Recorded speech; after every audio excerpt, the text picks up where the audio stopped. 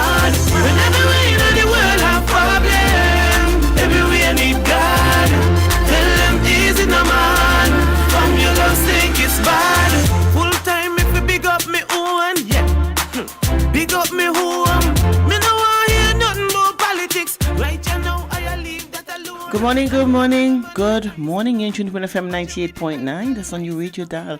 It's a bright and sunny Friday morning in St. Kitts and in Nevis. Oh, it is that Sahara dust, I hope. Or is it coming from the residue coming from the volcano, the volcanic activities that we're having around the region? I don't know what it is, but whatever it is, it's posing some serious health issues. So those of you, we understand now how much more we need to start wearing our masks, adhering to protocols. It's not just COVID-19. There are other things that can cause respiratory illnesses, and this is one of them. I see people are suffering seriously from this head cold. It's lots of congestion. People are feeling very sick. You cannot differentiate whether it's COVID or it's the common cold now. It's around the time of year when we will have situations like this. So we're asking that you adhere to protocols, continue to wear your mask, social distance, and don't forget to sanitize your hands. Make sure you wash them when you get home, or if you can do that while you're out, do that even more so. It helps. It really does help. Congratulations to the NEOC or council. Numbers are way down, but that doesn't mean that we should let our guards down. If we're doing a good job, let's continue to do so. So continue to adhere to protocols and make sure that we keep COVID-19 outside of our borders. And then people who want to do carnival, I've been hearing that is one of the biggest ask around. Carnival is just around the corner. This is the end of October. I can't even remember. It's just like yesterday October started. I would have done, I don't know what I would have done in October. Time has flown so quickly, I don't even know what time of day it is, worse, what month it is. I went and write a check and I wrote 2031. I felt like I was in that time zone. It's just so confusing. It's brain fog, age, I suppose toxins and everything else that is adding up. My body's maybe is overwhelmed, so I suppose it comes out in that form. My name is Sandra Creedy Atherton, and you are in tune to Your Views. Your Views is a program that is aired on WINN FM every Friday morning around this time, 10 o'clock. It's a program where you can sometimes call in and share your views. Or normally what I do, I bring people on. I have guests that we have discussions about situations and information that is very pertinent to you. We talk about things, changes, and how we can help us to adapt to situations. The world has changed considerably. We know about climate change. We see that is happening really and truly. We are recognizing, people are talking about a food shortage that is supposed to hit here very soon. I don't know how true it is because everything in news this time is propaganda. You can't decipher what is good news, what is bad news, what is truth, or what is fake. It is just ridiculous now, the life that, the world that we live in, the people, not the world that we live in, because nature is beautiful. The world is a great place to be, but I suppose the people that inhabit Earth is wreaking havoc on Earth. And we know what Earth does normally when it is sick and tired. Look at the dinosaurs. They're no longer here. They're extinct. And I suppose humans are pushing buttons, and sooner or later we would follow the dinosaurs if we continue the things that we are doing. We've become one of the biggest virus on Earth, if you all don't know that. And just like how you try to get rid of virus, I think Earth is going to do the same thing. So we have to start to do things that we're supposed to do. One, you just have to start to love. We are not loving. People are falling down, they're dying. It's hitting close home. There's people who you know, people who are younger than you, people who are the same age with you, people who look vibrant and healthy, and next to you hear that they are no longer here, and we're still living the same life. We need to change the way we look at life now. It's not the same. Things have changed drastically, and I think that we have not recognized the change because we're too caught up in our own selves, and we have to learn now that we have to make the adjustment and start off with learning to love. Love conquers all. Love fixes everything. Love solves every problem there is on earth. So if we can start practicing love, start with yourself, start loving yourself, and then I suppose you'll be able to love others. and we can change. We can make that change. The change that Earth is looking for, we can do that within ourselves. We have to become a little more spiritual and stop being so physical. Everybody's grabbing for power. Everybody's grabbing for money. Everybody's grabbing for material things. And we recognize that sooner or later that we are going to leave them behind. And we have seen it, but we are not learning from other people's experiences. So I said sometimes we have to start tapping into our own selves and see, where we have and when we would have fallen off the rail, and see how we can basically get ourselves back there. It is a sad time for us here in St. Kitts. For those families who would have lost loved ones, I say condolences to you. We know that they're in a better place when you look at the condition of Earth. I suppose anything beside here, it is good. So I think they're in a better place. Nobody ever come back and say what it's like out there. So I suppose they like it so much that they don't want to risk coming here and can't get him back. So let's look at it in a positive light and hope that that's where it is, because we are going to go there sometime. So just hope that it's a place where we would want to be. It's a place that we can't do what we want to, because I suppose we continue to destroy, and we're going to go there again, and we're going to go with the same destructive mind, and we're going to wreak havoc. That's why I suppose they can't come back, or maybe they come back in another form. We don't know. It's the mysteries of life. There's so many things about life that we don't understand. We're here to live it. We didn't come with a manual. The information out there is basically, to me, it has been tampered with. People write based on how they feel, not based on experience, because they were not there, based on assumption. And I suppose we're too lazy to find out what the reality is. We're too lazy to connect to the source. We're too lazy to become spiritual. We want to be so physical, and we don't want to know what happens after this life is no more. This body gives up the ghost and decides it can't take us anymore. We don't want to know what's happening after that. All we want to know is that we are pushing this body to the limits, and sometimes we shorten our lifespan. So we have to start taking things into consideration and start looking how we can do things differently, so that we can not just extend our life, but we can live a happy life and make sure that the world is a better place for some people who really want to enjoy it. We can contribute to that. Today, that was a lot I said in a short time. It takes a lot to talk, I can tell you that much. Today I have a guest. We are talking about natural resources. We understand where we are right now. I talk about food shortages. Today, people have been saying, you have to start stocking up. But you don't have to stock up, because we have natural foods here. They have the breadfruit, sweet potatoes, the carrots. We plant naturally. And if we start eating those foods, we'd live longer lives, and we wouldn't have to worry about the ships coming in. It was like that before when I was growing up. I didn't even know how food came to St. Kitts, to Nevis. Then I was living in Nevis. I'm born in Nevision, for those of you who don't know that. I was living in Nevis then. I didn't know where food came from. I know it was there. Most of the time was in the backyard. My mother would go and would dig some potatoes or some pumpkin that is lying there for a very long time, and then you have the yam and the corn, and food was made. The rice, I didn't know where it came from. The chicken was in the back of the yard. If you needed a goat, you bring it from the pasture, you slaughtered it, and you had natural food.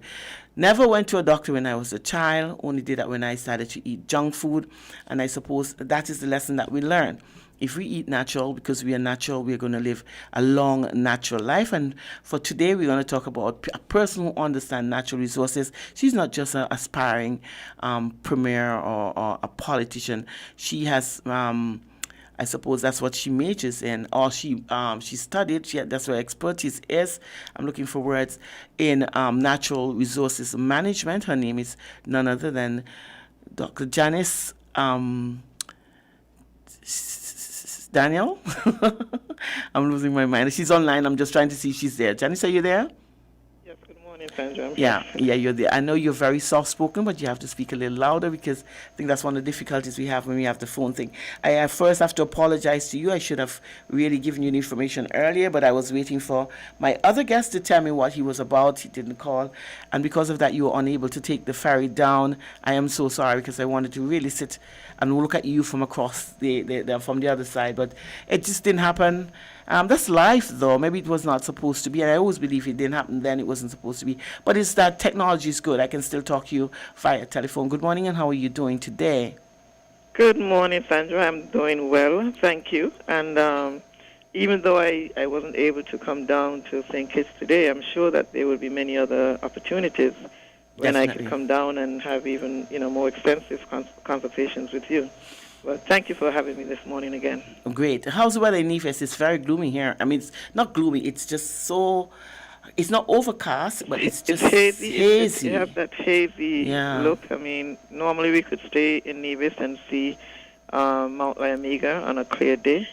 It's very hazy, and so visibility is minimal. We're not seeing very far. In some places, we're not even able to see Nevis Peak. Yeah. So yeah, so it's all over the area. And I heard you mention it earlier, whether it's the Sahara dust or the volcanic ash residue, and more and more the news items appear to be leaning towards the volcanic Activity. eruption that happened some while ago. But whatever it is that's in the air, it is not something that we should take lightly. It so happens that right now we are dealing with COVID-19, and the measures that would help us to protect ourselves from COVID-19, such as the mask wearing, would be very important at this time, especially for those persons who suffer from allergies and other respiratory illnesses. Yeah, for those of you who don't know, who have never done it, it's one of the things that I do normally. I like to drive along the bay, the Bay Road, and when you look at Nevis Peak, when it doesn't have that little cloud over it, you see a distinct face of a giant just lying there as though it's sleeping. When I tell people that, they think that it's, St. Kitts has the same thing, but you have to be in a certain position to see it. But Nevis, as long as you drive along the Bay Road and a day like this, you can see. So this morning, I missed my giant. I was not able to see my giant lying down there. He just lies there, and you can look at the face. There's the forehead comes right on the nose, and the thick chin that it has, and you can actually see that shape of a giant just lying there. I suppose it's a giant waiting to erupt. That's the things that they do. It's whatever we want it to be. You Yeah. know, different people, based on their experiences, would perceive things differently. The beauty about Nevis is no matter where you are on the island, because of the shape, we are all able to experience some different perspective of the mountain view. And as you said, it's so refreshing, and it's something that, can re-energize you and take you closer to that spiritual place. We're just living in a very beautiful place, both St. Kitts and Nevis, and as you mentioned, our natural resources. These are some of the things that we take for granted. In some parts of the world, all that you can see is skyscrapers, and what we are seeing now, and we're calling it hazy, that's the everyday norm for a number of people. Yep, it's true. So, indeed, we need to be thankful and protective of what we have that occurs naturally for us here. Okay, Janice, let's talk about natural resources. It's an area that I always like to look at because I think that we're wasting it. I have a friend, I bring him here periodically. He he's very, very versed in herbal medicine. And on Tuesday, they visited the volcano, and he came back with this glob. And we buy Vicks, and we buy all sorts of things that we put on our nose when we are sick. And he gave it just to inhale it, and it clears up your nostrils, your sinus problems instantly. And when I saw that, I was like, you found that here? We are not aware of the natural resources that we have here on St. Kitts and Nevis. We are not even taking in the beauty that we have, more so than for you to even know what we have naturally. We are moving to an era where we definitely have to depend heavily on what we have naturally, because we recognize now that there are issues, and sooner or later we will not be able to trade with foreign lands. You studied natural resource management. I think that's what your studies are, Janice? Well, yes, I studied biological sciences, but most of my professional development was in the management of natural resources. And so I have a very keen awareness of what is valuable and what we really need to be able to protect. And sometimes we speak about natural resources, and persons would wonder exactly what do we mean by natural resources. The different foods that we grow naturally. But generally, any item or any anything that does not require the actions of humans, is considered a natural resource, and then you can break them down into different categories. So, for example, the sun would shine whether we are here or not. The wind will blow. Our land was created. We did not have a hand in that. We have a hand in how we use it and how we manage it. The minerals that you found, that you will find. Our rainforest. The animals that you spoke about that you would use for your nourishment. And so what we have to do is to be able to distinguish between those parts of our environment that are renewable, meaning that they would be replenished much faster than we consume them.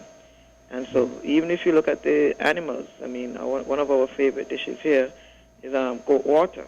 Mm-hmm. But if the animals are not managed and you end up using the goats more than you allow them to have time to reproduce and to replenish, the stock, then we're going to end up in a problem where it's going to become extinct. And the more that we use the resources that we have without managing them, then the more stressful we're going to create the environment in which we live. And so managing the natural resources is very important. It's very important for us. We speak about the rainforest. We speak about food security. One of the important aspects of food security is that we have very fertile soils here in St. Kitts and Nevis. In fact, that was, really back in the colonial days, one of the major assets why we were able to flourish as a country like that.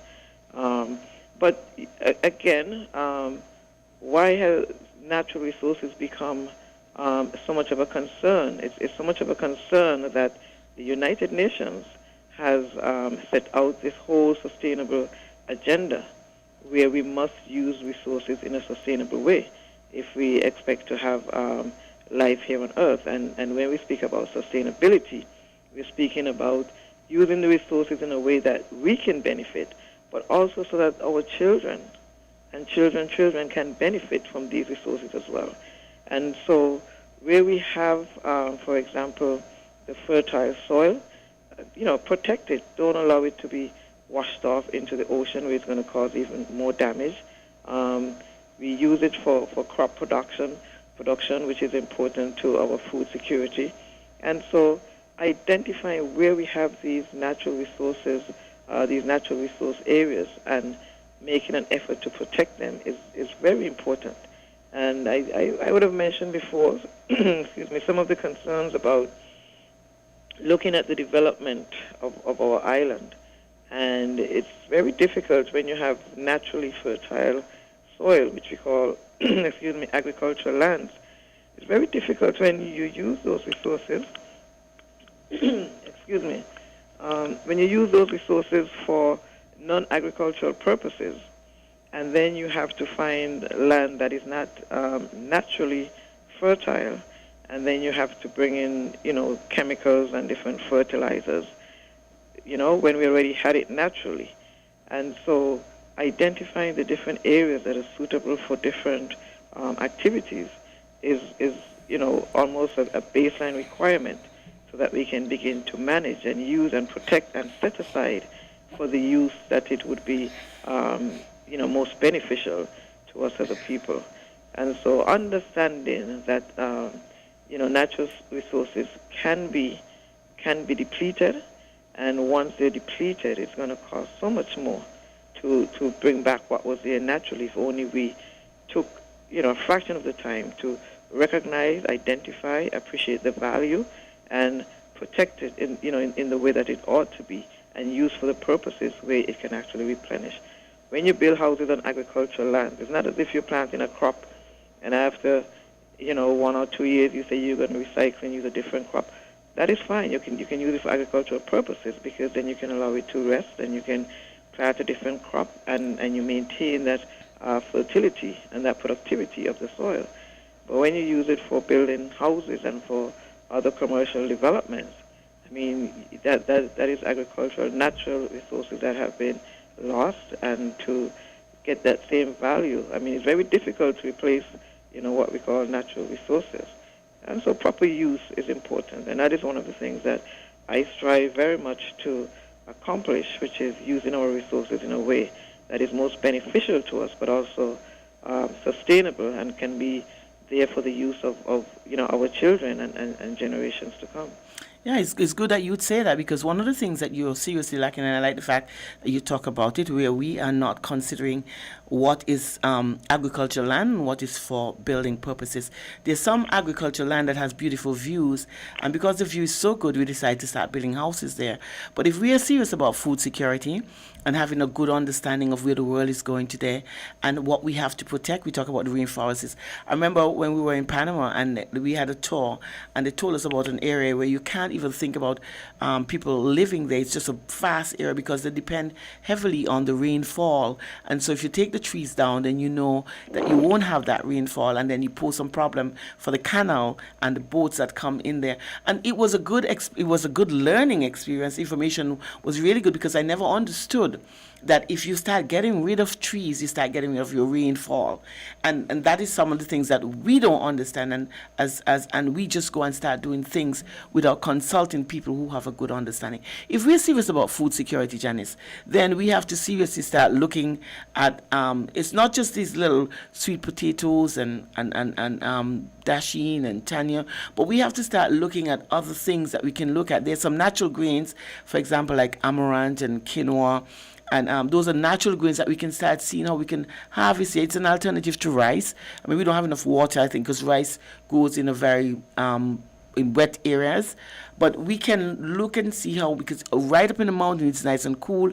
We can start looking and see, looking to see how we can introduce other food supplies if we're really serious about maintaining our natural resources. You talk about managing, we look at our water supply. Let's talk about our water supply, because this is something that has to go down not for just us. It came from my foreparents from the beginning. We have to now learn how to maintain them and how to manage them, and I think that is one of the areas that we have problems, because when the rain is not coming, then we won't have water. What ideas you have of how we can fix the situation that we have? Because sometimes water goes off at night. It's a problem that we've been having for a while. It shows that there's a water shortage. It shows we know that because we're not having enough rain. People are not realizing that. I mean, the little 1 drop and 2 drop little showers that we're having is not enough. Or hurricane seasons or wet seasons are not as wet, and so that is going to pose some problem in the future. Well, I mean, we speak about our natural resources and understanding how best we can use them. We occupy islands, and we know from our geography classes in high school that you define an island as surrounded by water. And in many Caribbean islands, desalination plants are quite common, and that is where you are able to convert the seawater into drinkable water, potable water. Mm-hmm. And so understanding how you can maximize the use of these natural resources can only help us to enhance our quality of living.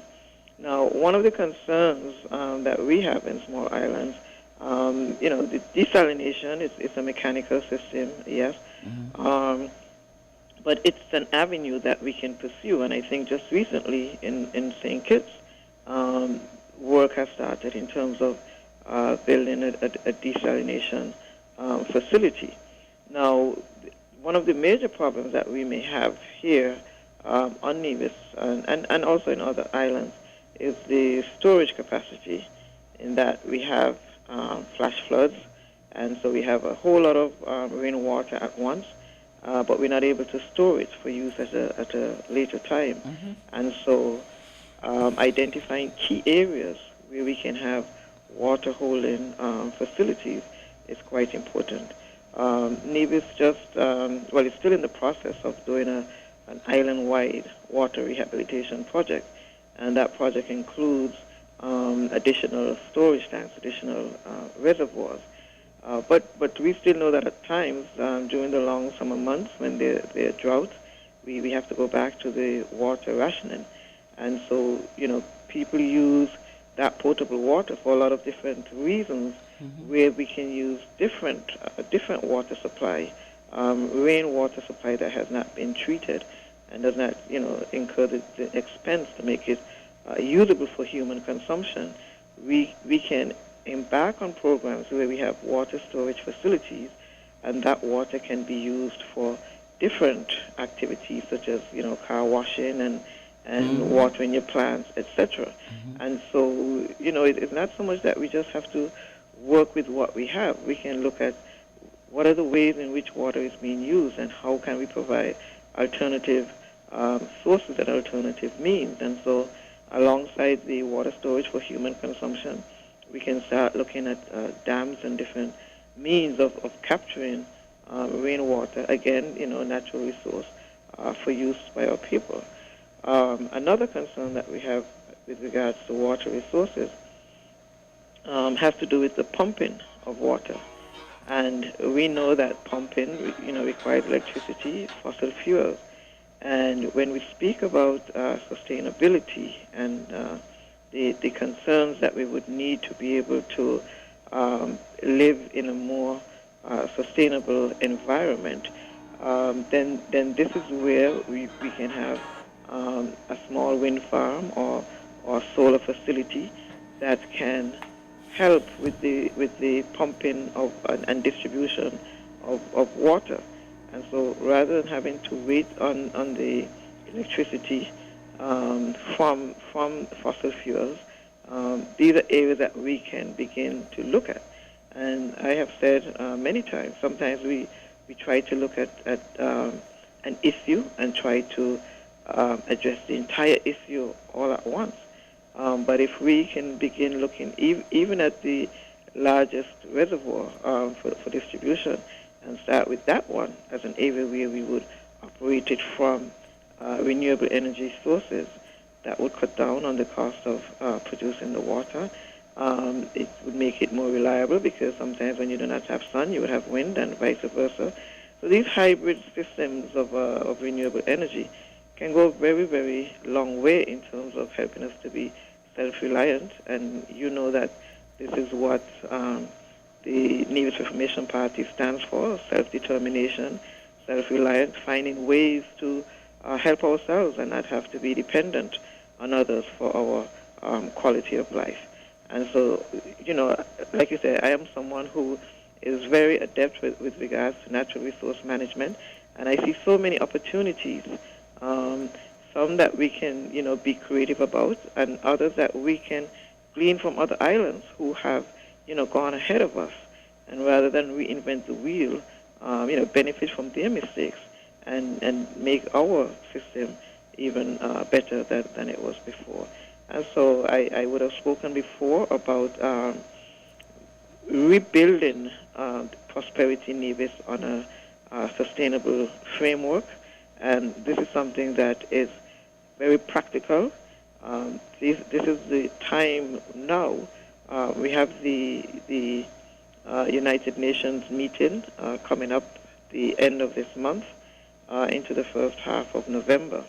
And I can assure you that there will be many ideas, many practical solutions, because we know that our small islands are being impacted adversely by climate change. And, that meeting in Scotland coming up in about 2 weeks is a very critical meeting.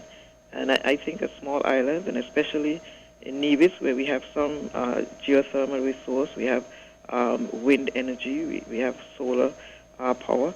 Those are the type of meetings that would be very important to help enhance the sustainability of life in Nevis.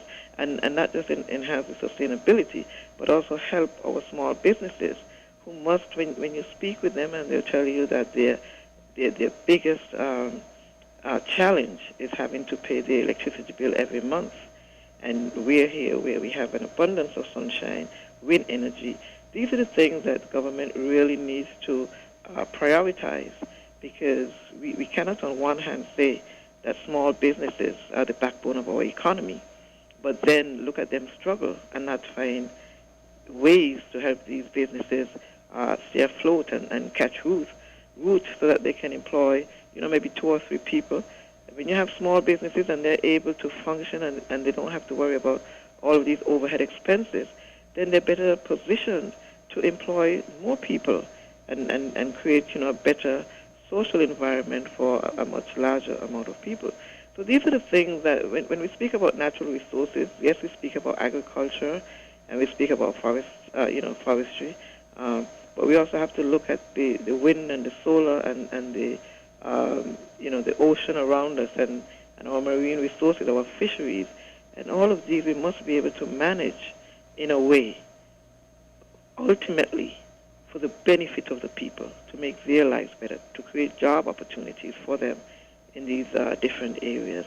And of course, once they're able to have cheaper electricity, job opportunities, to build a sustainable Nevis, then I could only see where Nevis could be in a much better position than we are right now, because we're depending upon the resources that are there naturally and which we can manage, as opposed to be doing nothing and expecting that, the saying, you carry the bucket to the well, one day the bottom is going to drop out. It's going to drop out, definitely. So these are some of the things that I think are very important. And I know you started off talking about water resources. I am someone that believes in the circular economy, and so I end up talking about how the water resources feeds right back into small businesses and better quality of living for people. And this is really how we need to look at it. When we look at an activity, we must be able to show how this is going to tie in to the benefit of small businesses and the people living here and the future generations to come.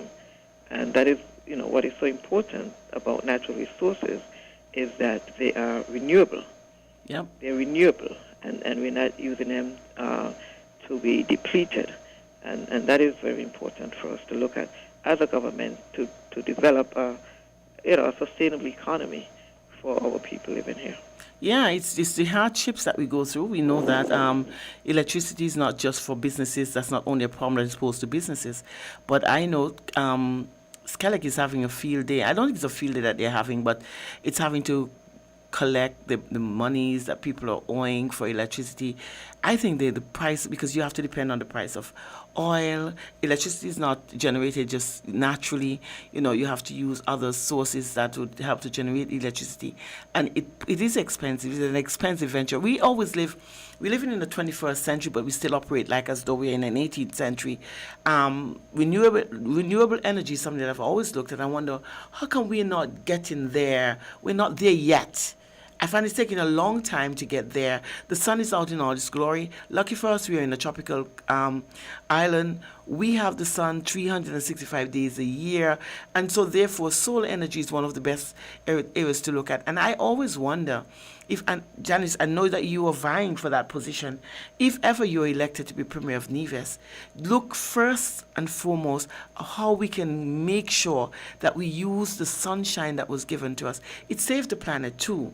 It's solar, it's green energy. It doesn't have the effect on the environment and on the planet as the ones that we're using now.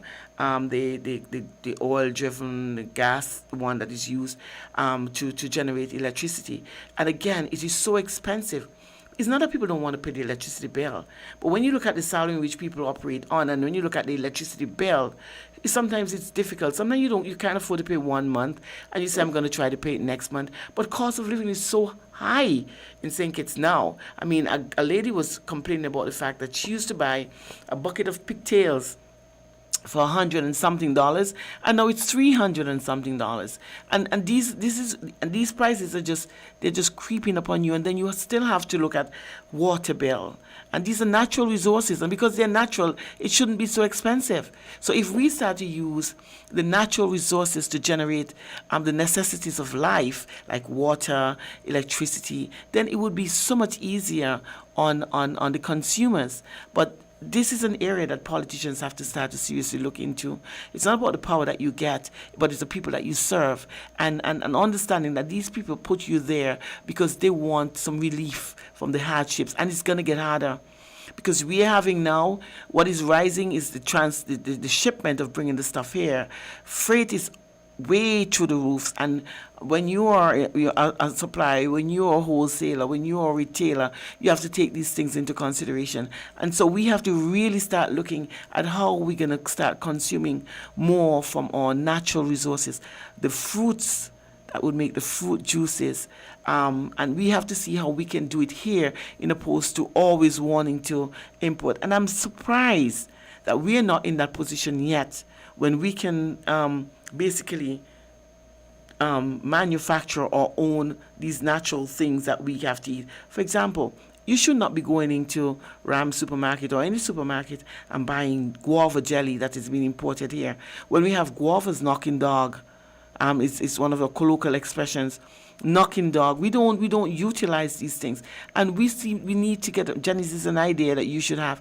We need to have these small little manufacturing, these factories that can manufacture these natural stuff, and then we can use it, we can consume them. It's very, very simple. We're always looking about importing and bringing things into on our shores, things that we can do. And like you said, we have to start looking at how we're going to utilize the natural resources that has been afforded to us for free so that we can, ease some of the strain of our citizens, because it's tough.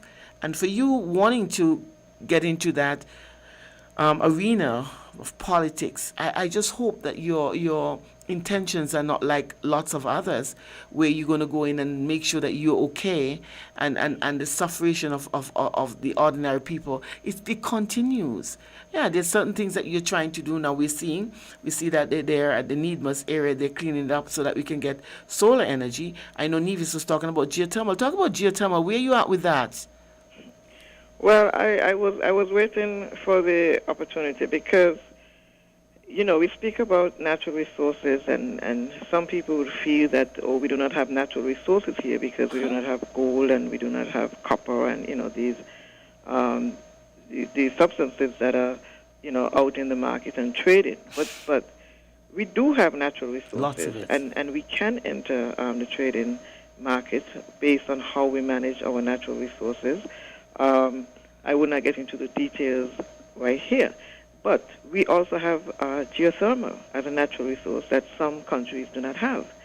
And you see, understanding that exploring geothermal energy can only be better for Nevis, because what we have to look at is what is going to make Nevis more appealing to investors out there. And one of the things that people always look at, investors will look at, is the cost of doing business. And like I said, the small businesses are complaining about the cost of electricity. And here in Nevis, we have geothermal energy, we have the sun, wind, etc. And we have not been able to capitalize on positioning ourselves to be more attractive and more appealing to investors. And if, someone comes and look at the country and your source of energy is fossil fuels, more and more people are moving away from the use of fossil fuels. It's non-renewable, and it's creating, big contributor to climate change. And so more and more investors are trying to develop green businesses, green developments. And if we have that necessary infrastructure here in place that they can tap into, it would be much easier. Now, to the extent that geothermal, like I said, in the beginning, it was really where the distribution to neighboring islands would have made it cost-effective. Where we are right now, it appears that it is very difficult to find out how much we have invested thus far, how much more would be required. And so these are things that, I am actually looking at right now to see if we have reached to that point where we can continue it for the benefit of Nevis, because the returns from distributing to neighboring islands, that is pretty much gone. St. Kitts has moved forward with solar energy. Antigua as well has solar energy large plants and that sort of thing. So we really have to reassess geothermal, see exactly how much has been spent, and whether or not we can still capitalize on it by having that cheaper cost of doing business, so that we can attract investors. And so, we understand that in some instances you need to have these PPPs, public-private partnerships to get things going. And so if we can negotiate with a large investor to get the geothermal going, which would mean much cheaper electricity for them, and they provide some inputs. But again, we would have to be able to look at the books, see what has been spent, see what has been done, because it's very difficult to speak about that. But that is a natural resource that we should be able to capitalize on. But we know sometimes we say the dance cannot pay for the lights. And so if the cost of accessing the geothermal energy and making it available to the people of Nevis, if it's going to cost so much at this point, where it's going to be a tax burden to the people, then we will have to see whether or not we can look at a hybrid situation, or whether or not wind energy, which we already have, the technology here, we already have it feeding into the electricity system. Why we cannot expand on the wind energy and, of course, the solar energy. Now, we know that there's some, issues with hurricanes and how you're going to be designing your system. But like I said, we are not in a position where we have to invent or reinvent the wheel. What is Thinkits doing that is going to help their project, their solar project, to be resilient to the impacts of hurricanes and climate change? What did Antigua do? And so we're in a position now where we should be able to improve upon what is there now. Technology is improving day by day. And I must just mention, just because growing up and even, to this day, education is such an important part of our lives. And when we look at what the students today have to deal with regards to their education and their virtual learning, imagine the parent who is not able to keep the electricity on, right? Because how are you going to do virtual learning if you cannot plug in your laptop? First of all, you need to have a laptop or a tablet. And so electricity is not just a matter of doing business, but it's also, nation building. Our students are now becoming more and more dependent on the use of internet and the digital world and technology and all these things. And we must be able to, as the saying goes, leave no child behind. And when we look at the social inequities that come from the access to natural resources and what we would need in order to be able to level the playing field for all of our children, these are the things that government really need to look at and put in place. So if having access to the books of geothermal, and it would be cost the effort, it would be worth the effort to go back and take it to the finish line, then, that is something that we can look at. A lot of drilling was already done. Some people had some concern about the drilling. But if all that has already been done, and what is preventing us as a government from moving forward with geothermal energy? We must be able to create partnerships. And I must say that, we cannot say that this current government has a good track record of creating partnerships. And, in terms of how you're able to attract investors and keep investors to invest in the development of Nevis. There's some things that are good for the country of St. Kitts and Nevis, and there's some things when we make efforts and we have investors here. I'm not quite sure right now what the situation is with MSR, for example, that is now doing some filming over in St. Kitts. But in these situations, when investors are here, what is necessary in order to keep them, knowing that we are creating jobs and opportunities for the advancement of the people here on Nevis? I mean, it's not everybody who wants to go over to St. Kitts or who would be in a position to go over to St. Kitts to benefit from some of the activities that really should be here on Nevis. And where is, some level of respect to say, well, this is the situation with this latest industry that we brought here to Nevis, and this is what it means, this is what we're doing. I mean, we've heard from the Ministry of Entrepreneurship and Entertainment, we've heard from the Prime Minister, but we have not heard anything from our Premier with regards to how is this going to play out when so many people were looking towards MSR. And so I kind of went a little sidetracked on that, but speaking to the ability to be able to have these PPPs where you can have trust and confidence in a government, where you can negotiate and see your development, all the way through to fruition for the benefit of the company and the people as well. Because, let's face it, you're not going to get investors coming in just because they want to help us. That is our responsibility to make sure that the people of Nevis would benefit. The investors are coming in because they see an opportunity based on whatever natural resources we have and how they can maximize. But it has to be a win-win situation. And sometimes we may have to compromise. Other times it's not. You may have some philanthropic investors who will be willing to give in more than they take. But these are the things we have to understand the value of what we have in terms of our natural resources, so that we can then negotiate effectively and for the benefit of the people at the end of the day. What we need to do, and we're running out of time now, but in the next minute or so we can talk about that. What we need to do is to identify that Nevis has its own island administration, and think it's together they're a federation, but they both have their own island administration. And you do things from a federal level, and you do things from a Nevis Island administration level perspective. And we have to understand that Nevis, for me, and I'm going to say this, and I'm going to say it on air, and however people want to look at it, it's up to them. But Nevis for me has always been piggybacking on St. Kitts. As a Nevisian myself growing up, I had serious issues when we listened to, we thought we were blaming the government of St. Kitts, thinking that they were not looking after Nevis. As you go older, you have a better understanding that there should have been some pooling of resources, and after the resources were pooled, then you would have had Nevis getting its own fair share, and St. Kitts getting its share based on population density.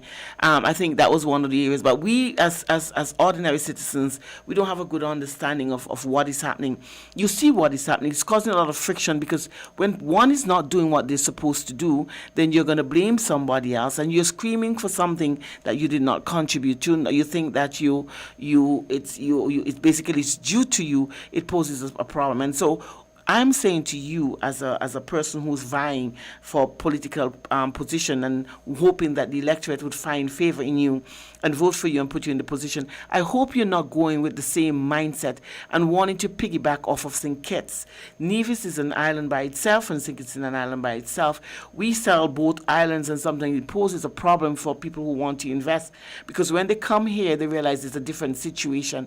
And we have to now recognize you, not me, because I'm not vying for that position. I am hoping, as a member, as a citizen of St. Kitts and Nevis, that people who we put in offices, would start to look at us, the citizens, and see how they can help us, and not just how they can help themselves. Because I think a lot of times politicians they use investors that they themselves can benefit on. Like I said, I am going to say it's going to pose some problem, but that's me. They use investors that they can benefit from themselves, and whatever little crumbs that trickles down, then we as citizens are the ones, and not a benefit, because it's a scrabble. Everybody wants to get some. I remember when we used to feed the fowls the trout, and you see all of them running, and later on you have a fight because only a little bit left, and if so many fowl to feed. And it's a similar situation that we're seeing. What the politicians are doing to us is that they feed themselves, and after a while, I see people are fighting to get into politics, because things are so hard. As for me, I wouldn't want to be a politician in this era. And then you ask, what is the attraction? And so you start to look, and it has to be something else that we are not seeing. But then when you look at how they prosper and where they go and the things that they do, then you understand what the attraction is. It's not about us, it's about them. So I hope, Janice, that when you are going in and you're appealing to the people to vote for you, and the things that you plan and you see that you can do, I admire that the information that you have. You are very resourceful, and you sound very genuine. And I do hope, because when you're begging, you have to play the part. We talk about the actors in the movie company that we have here in St. Kitts and Nevis. Like you said, Nevis has its own resources and St. Kitts has its own resources.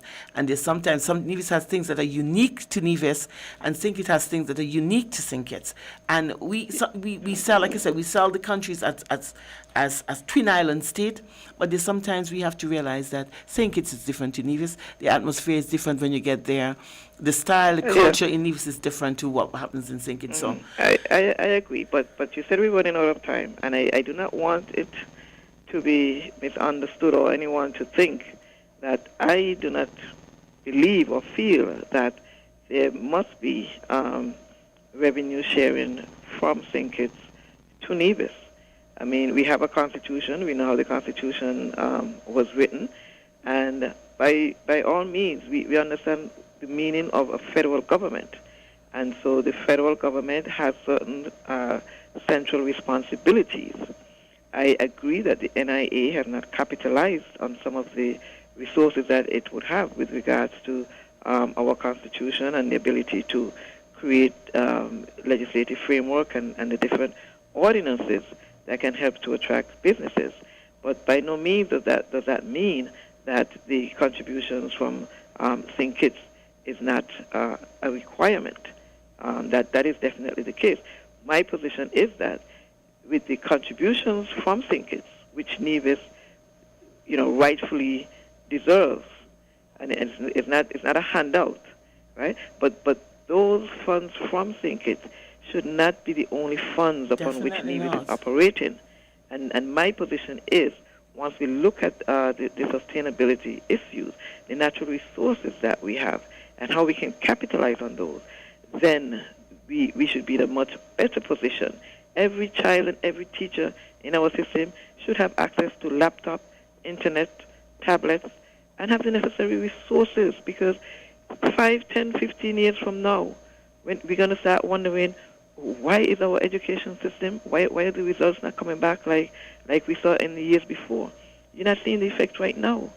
But if you're only thinking about yourself and the present time, then we're going to miss a whole, I don't want to say a generation, but a number of students are going to fall through the cracks.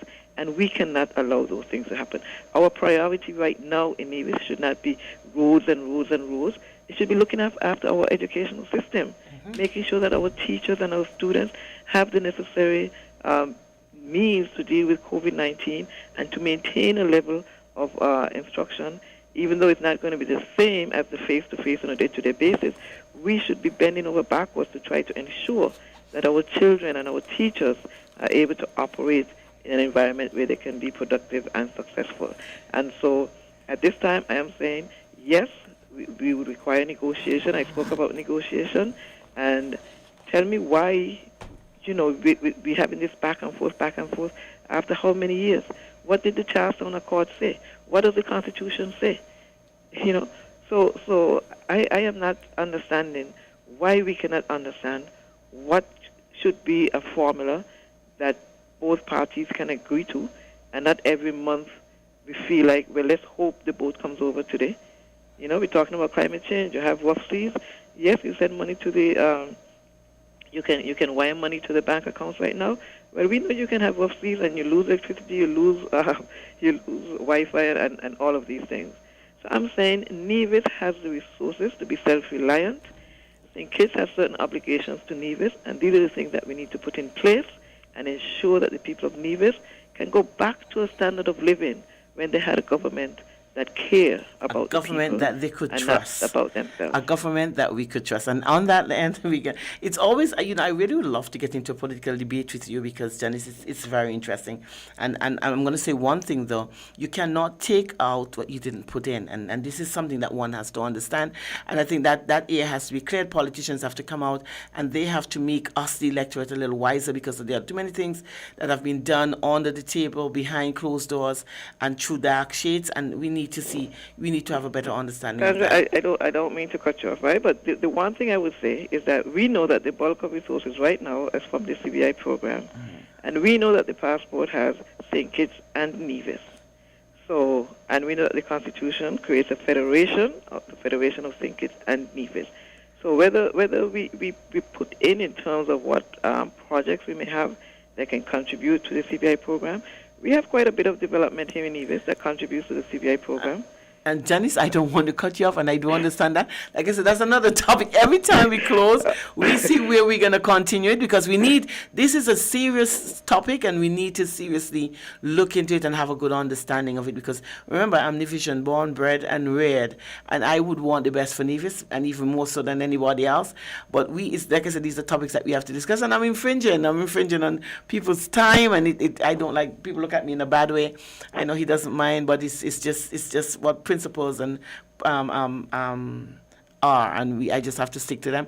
And so we're going to talk some more, Janice, and I see where I'm going to always have you on my show, because it's so much things that we have to, and maybe this is what is necessary. We need to have a person who's not there yet, because when you get there, the information is not forthcoming. But when you trying to get there, we have all the information coming. So maybe it's a good thing that you're not there yet, so we can get all of the ideas, because you must be privy to what is going on, because you're trying to get in there, so you have to have an idea of what is happening. So the next topic we're going to discuss is politics, you and I suppose. And then you can really get down and see what your position is. It was a pleasure having you, Janice, and I do hope that we can do this a lot more in the future. Thank you. I look forward to that as well. Okay, you're welcome. We're out of time. It's usually when things are getting better, we just tend to run out of time. But that's what it is. Time waits on no one. It was quite informative, and discussions like this, we have to make sure that we have on a daily basis, because we need to know, people need to know. My name is Sandra Quilliatitan. I'm going to advise you that you should continue to adhere to protocols, that is wearing your mask. The dusk is posing some problem, respiratory issues, and we ask that you social distance, meaning that you are 6 feet apart from your friends. You can talk, they can hear, and make sure that you hand sanitize, wash your hands whenever there's a possibility. You do that, and party is minimal, but when you do that, make sure you enjoy it to the max. But again, do so responsibly. It's Friday. It's a day when everybody take a breather. It's payday for some people. And it's month end. Oh, it's even better. So more people are paid. And I ask that you spend responsibly. Hard times are ahead of us, and we have to make sure that we do what we're supposed to do. We have to play our part in order to make sure that life becomes a lot easier. Stay tuned to WINNFM 98.9. Voices is up next.